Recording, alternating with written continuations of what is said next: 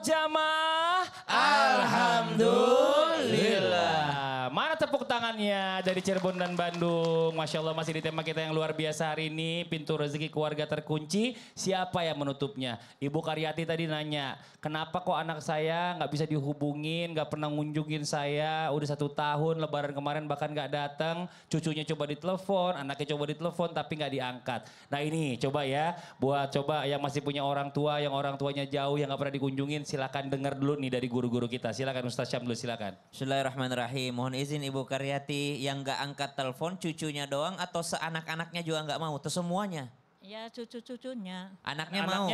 Anaknya enggak lagi. Enggak ada juga, Iya. enggak mau juga. Mantunya juga enggak? Enggak. Subhanallah. Maka yang pertama yang bisa Ibu lakukan adalah bersabar. Sabar itu adalah tetap mencintai mereka dengan mendoakan yang baik-baik kepada mereka. Titipkan kepada Allah Subhanahu wa taala. Kalaupun mungkin di dunia susah menghubungi neneknya, mudah-mudahan pada saat neneknya di alam barzakh, di alam kubur mereka tidak lupa mendoakan. Kalau sekarang mungkin apalagi nenek itu kan sensitif dia. Nenek ini udah mau mati, kenapa kalian tidak pernah mau datang? Subhanallah. Jadi kalau neneknya sensitif, maka pelajaran juga buat seluruh anak dan cucu. Mumpung masih hidup, ayo dikunjungi, ayo ditelepon. Nanti kau akan rindukan semua itu suara HP-mu yang berdering dan melihat nama nenekmu di situ. Ketika mereka sudah tiada, barulah engkau menyesali semuanya. Apalah daya, sudah berbeda alam. Bagaimana lagi cara komunikasinya? Tidak lain dan tidak bukan hanyalah dengan doa. Ibu mau dikunjungi ataupun tidak dikunjungi, ini mengajarkan kita untuk bersandar hanya kepada Allah Subhanahu wa taala. Namanya manusia punya kesibukan masing-masing. Ada yang masih ingat orang tuanya, alhamdulillah dia tahu ridho Allah pada orang tuanya. Ada yang lupa sama orang tuanya juga alhamdulillah, maka ibu diajari untuk bertawakal sandar hanya kepada Allah. Bener banget Ustaz Syam, saya suka rindu sama ibu saya lihat WhatsApp terakhirnya ke saya ini Masya Allah. Masih saya simpan semuanya. Tapi gini, saya mau tanya dulu sama Ibu Karyati sebelum nanti dijawab sama Ustaz Maulana. Ibu Karyati masih ada bapak, suami? Enggak ada. Udah nggak ada. Ibu Karyati kerja? Enggak. Enggak, terus makan hari-hari dari mana Bu? Ya dari anak yang satunya lagi. Oh masih ada anak satu Masih lagi. Yang ngasih uang belanja ibu buat Iya. makan dan lain-lain. Silakan coba ditambahkan Ustaz Maulana, silakan. Beri 1001 alasan supaya kita bisa memaafkan orang. Apalagi itu anak sendiri. Beri 1001 alasan. Mungkin gini, berbaik sangkalah terhadap anak-anak kita. Karena kenapa? Bisa jadi penyebab rezeki anak kita seret, susah gara-gara kita yang membenci anak. Betul tadi kata Ustaz Sam, jangan sampai mendoakan yang agak bagus-bagus. Tetap mendoakan yang terbaik buat anak. Nah ini ada pelajaran sebenarnya, ini saya dari sisi orang tua ya. Kalau tadi Ustaz Sam membahas dari sisi anak. Kalau saya dari sisi orang tua. Kepada semua orang tua, jangan memberi peluang anak durhaka kepada kita. Contoh, anak lagi main, sholat. Jangan. 10 menit sebelum waktu masuk sholat, beritahu. Ingat ya nak, 10 menit lagi sholat. Jadi pada saat masuk waktu, mereka udah paham. Karena kita ada warning, peringatan. Sama ini, anak susah dihubungi. Ada baiknya nanti kunjungi, baru kasih waktu. Nanti setiap malam mama nelponnya, itu. Kasih ketentuan jamnya. Saya dulu waktu almarhumah dan anak-anak saya di Makassar, saya di Jakarta, saya selalu ada janjian jam nelponnya. Jadi tidak saling mengganggu. Masya Allah. Ya. Tapi harus jaga komunikasi. Ibu Karyati makasih banyak curhatannya. Tepuk tangan sekali lagi buat Ibu Karyati. Masya Allah, boleh duduk Ibu. Assalamualaikum warahmatullahi Waalaikumsalam warahmatullahi wabarakatuh. Terima kasih banyak Ustadz Maulana, Ustadz Syam. Nah sekarang kita lanjut lagi jamaah. Yeay. Ada lagi nih, faktor apa yang berikutnya yang membuat menutup pintu rezeki? Nah ini katanya karena lalai atau sering sering lupa atau jarang sholat berjamaah. Terus bagaimana kalau seandainya satu rumah sibuk semuanya, gak ada waktu buat sholat berjamaah? Apakah masih tetap rezekinya tetap terkunci? Coba kita tanya guru kita Ustadz Afif. Tepuk tangan buat Ustadz Afif. Izin Ustaz Maulana, Ustaz Syam, Bang Fadli dan jamaah yang dirahmati Allah Subhanahu wa taala. Meninggalkan sholat pengen punya rezeki, Masya Allah. La haula wa la quwata illa billah. Hadirin dirahmati Allah, mesti kita pahami. Kita memahami bahwa dalam Islam pemberi rezeki adalah Allah Subhanahu wa taala. Jangan lari dari pemberi rezeki. Kita kerja seharian berharap rezeki yang dari Allah. Wong kita lari dari Allah Subhanahu wa taala. Di dalam ayat Quran disebutkan wa'mur ahlaka bis sholati wastabir 'alaiha. Perintahkan keluargamu untuk mendirikan salat. Begitu anak usia 10 tahun, maka Nabi Muhammad mengindikasikan wajibnya dengan cara memukulnya. Tanda kutip, memukulnya artinya pukulan sayang. Apa tuh pukulan sayang? Bahkan ulama fikih mengatakan pukulnya pakai kayu siwak. Ibu tahu kayu siwak? Jamaah tahu kayu siwak tidak lebih besar dari jempol, tidak lebih kecil dari kelingking. Dan itu pukulan sayang. Ya, pukulan sayang. Artinya pukul ayo sholat. Nabi Muhammad SAW apabila idza asabahu khosasa, apabila mendapati suatu peristiwa, suatu kemalangan atau suatu kesulitan, beliau nada ahlahu. Beliau memanggil keluarganya. Sallu. Begitu riwayat Abu Hurairah. Hayo salat. Artinya datangi Allah Subhanahu wa taala. Bagaimana mungkin kita mendapatkan rezeki wong kita lari dari Allah Subhanahu wa taala? Ustaz, saya nggak punya waktu. Waktu siapa yang memberikan? Allah. Wal asri innal insana lafi khusrin. Memang berapa lama kita hidup di dunia? 60, 70 tahun. Nanti dihisab di yaumil kiamah lebih berat dari itu. Maka yuk perintahkan anak kita untuk salat, dekati Allah Subhanahu wa taala, walaupun nanti barangkali di dalam memerintahkan keluarganya untuk salat agak repot. Kenapa? Barangkali ada yang malas, ada yang sedikit mengelak, bahkan melawan orang tuanya. Nah, ini wa'mur alaka bis shalah wastabir 'alaiha. Bersabarlah untuk mendirikan salat. Masya Allah. Makasih banyak Ustaz Afif. Tepuk tangan buat Ustaz Afif. Kita lanjut lagi ya, salah satu faktor pintu rezeki tertutup ya mungkin karena ada juga nih yang mungkin banyak yang melakukan karena saling gak jujur sama pasangannya. Benar apa benar Bu? Nah pertanyaannya jujur sejauh mana sih atau gak jujurnya kenapa? Coba kita panggil guru kita nih Ustadz Maulana, tepuk tangan Ustadz Maulana. Terus kalau seandainya pasangannya pendiam, terus gimana? Gak ngobrol kan? Silakan jawabannya. Tahu nggak? Salah satu bentuk kekayaan adalah ketika punya pasangan yang baik. Istri penyejuk mata hati, suami yang bertanggung jawab. Maka ini adalah bentuk rezeki yang luar biasa. Mau nggak Bu rezekinya baik? Mau. Jangan lepas tangan pasangan. Saya tuh kalau dulu tidur sama almarhumah istri saya, selalu pegang tangan istri saya. Karena 4 anak saya di tengah. Kalau saya tidak pegang, jatuh saya dari ranjang. Berpegangan itu, berjatuhan dosa di antara keduanya. Memeluk, mencium, itu pahala itu. Kadangkala kita lupakan itu.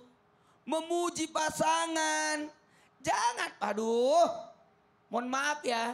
Jangan sampai mendiamkan pasangan. Seorang istri baiknya kalau suami berangkat kerja antar sampai ke depan rumah. Jangan sampai ke kantor. Sampai depan pintu, sampai suaminya pergi berlalu. Lalu kalau tahu suaminya pulangnya jam 4, setengah 4 sudah berdiri nungguin. Harusnya begitu. Namanya menyambut. Nungguin gaji. Nungguin enggak apa-apa. Itulah hebatnya kalau ada pasangan, suatu kebahagiaan tersendiri tuh. Jamaah. Bagi pula suami, tolong nih yang bapak-bapak yang lagi nonton, tolong ada keberkahan makanan di rumah itu. Ada perjuangan seorang istri untuk masak. Bertengkar sama penjual ikan. Berapa harganya? Kerja semua. Itu ada doa. Tiba-tiba dia datang. Bapak datang. Tiba-tiba berkata, saya sudah makan. Sakit hati tuh istri.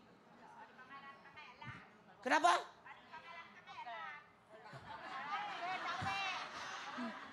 Sini Bu, sini.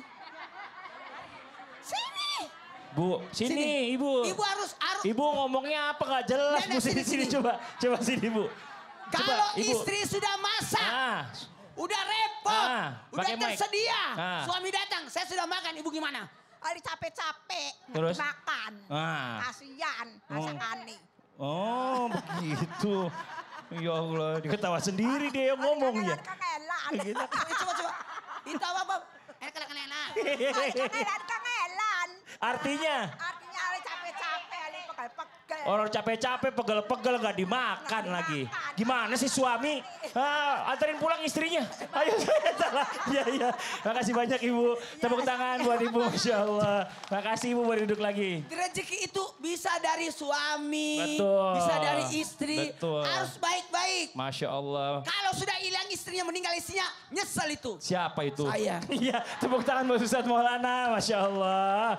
Luar biasa. Kita lanjut lagi waktu kita kasih kesempatan kembali jamaah buat curhat. Tapi sebelumnya kita kembali dulu ke segmen Curhat Dong Ustadz. Iya, kami curhat. Yang mau curhat boleh silakan angkat tangannya. Masya Allah. Yang dari sebelah sini Ibu boleh maju ke depan. Iya, Masya Allah. Ustadz Syam, Ustadz Afifuddin boleh maju ke depan. Baik, Silakan Ibu sebelah sini Bu, perkenalkan dirinya.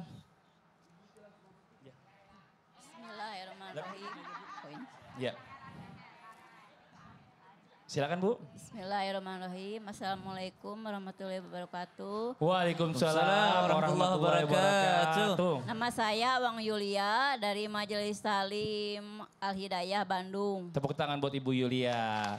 Mau Ibu mau curhat apa? dong Iya. Pak Ustadz. Boleh Ibu. Gini, kan suami saya kerjanya keluar kota terus. Iya. Kadang pulang 2 bulan sekali, kadang sebulan sekali. Iya. Ini kan saya aja sama suami kurang pelayanannya. Ibu maksudnya Ibu kurang melayani suami. Iya. Terus? Ya gimana hukumnya? Gitu. Dosa nggak? Pertanyaan saya kenapa Ibu kurang melayani suami? Kan suami capek. Apalagi ketemunya jarang. Apa yang menyebabkan Ibu kurang melayani suami? Sama saya juga kerja. Ibu kerja juga. Terus hal itu yang menyebabkan Ibu jadi kurang melayani suami. Iya. Kadang ya apa itu merasa berdosa enggak gitu. Tapi suaminya pertanyaannya, marah gak sama Ibu? Enggak pernah ngomong, diam aja. Diem aja. Tapi nggak ada nunjukkan rasa kekecewaan atau apa gitu. Enggak ada. Tapi komunikasi sama suami baik? Alhamdulillah baik tiap hari juga. Anak berapa Bu? Saya anak 2, cucu 2. Alhamdulillah. Ya. Ya. Itu aja, jadi Ibu suka merasa bersalah sama Ya. suami. Tapi itu udah hebat loh Ibu, Masya Allah. Ibu dengan merasa bersalah kepada suami aja Ibu udah tahu. Ibu sebenarnya juga dosa sama suaminya sebenarnya. Tapi Ibu nanya lagi untuk meyakinkan kira-kira Ibu dosa enggak nih karena nggak melayani suami secara maksimal. Ustaz Syam mau Ya. izin dijawab. ومن آياته أن خلق لكم من أنفسكم أزواجا لتسكنوا إليها. Pernikahan itu cari nyamannya Bu. Ibu nyaman nggak Bu menikah Bu? Kira-kira Ibu nyaman nggak menikah? Nyaman. Nyaman. Apa yang bikin Ibu tidak nyaman? Suami kerjanya keluar kota terus. Jadi pengennya suami nggak usah keluar kota. Ya kalau bisa. Tapi sebenarnya agama pengennya Ibu yang nggak bekerja. Justru. Tapi saya membantu. Gitu. Kalau Ibu nggak bantu miskin nggak Bu? Enggak. Enggak kan? Cukup nggak?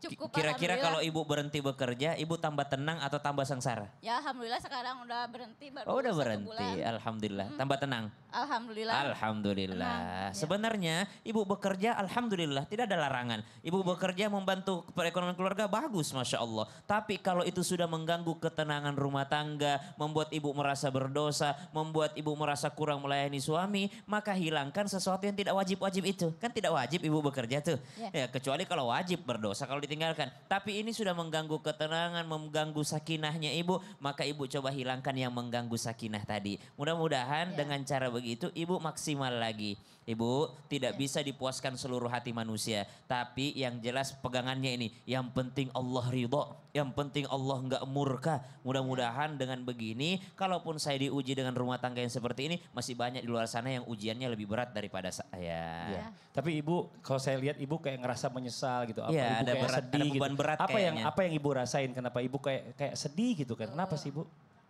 Kan sekarang saya udah keluar sebulan nggak kerja.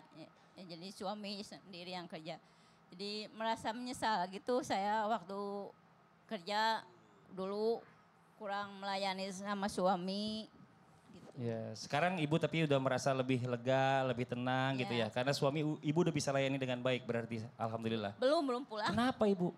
Belum karena belum pulang. Ya, masih Masya di luar Allah. kota. Oh iya. Oke coba, ini coba dari Ustadz Afif silakan. Jauhi prasangka bahwa ada orang dekat kelihatan jauh. Ya. Tapi ada orang jauh kelihatan dekat. Jauhi prasangka kepada suami, titipkan suami, sujud dia akhir daripada sujud kita, minta ya Allah ku titipkan suamiku yang jauh di sana. Tetapkan dalam keadaan sakinah mawaddah warahmah. Amin. Cintanya nggak boleh luntur, suami datang sapa dan begitulah cinta kita kepada suami. Masya Allah, Ibu terima kasih curhatannya, terima kasih banyak juga buat semua sama-sama. jamaah yang di rumah juga. Demikianlah perjumpaan kita hari ini, semoga apa yang disampaikan bermanfaat untuk kita semuanya. Dan sekali lagi mohon maaf atas segala kekurangan. Wallahu muwafiq ila aqwamit thoriq. Wassalamualaikum warahmatullahi wabarakatuh. Waalaikumsalam warahmatullahi wabarakatuh. Ya Rasulullah, ya Habiballah, ya Rasul. Ini salawat yang nyakitin saya.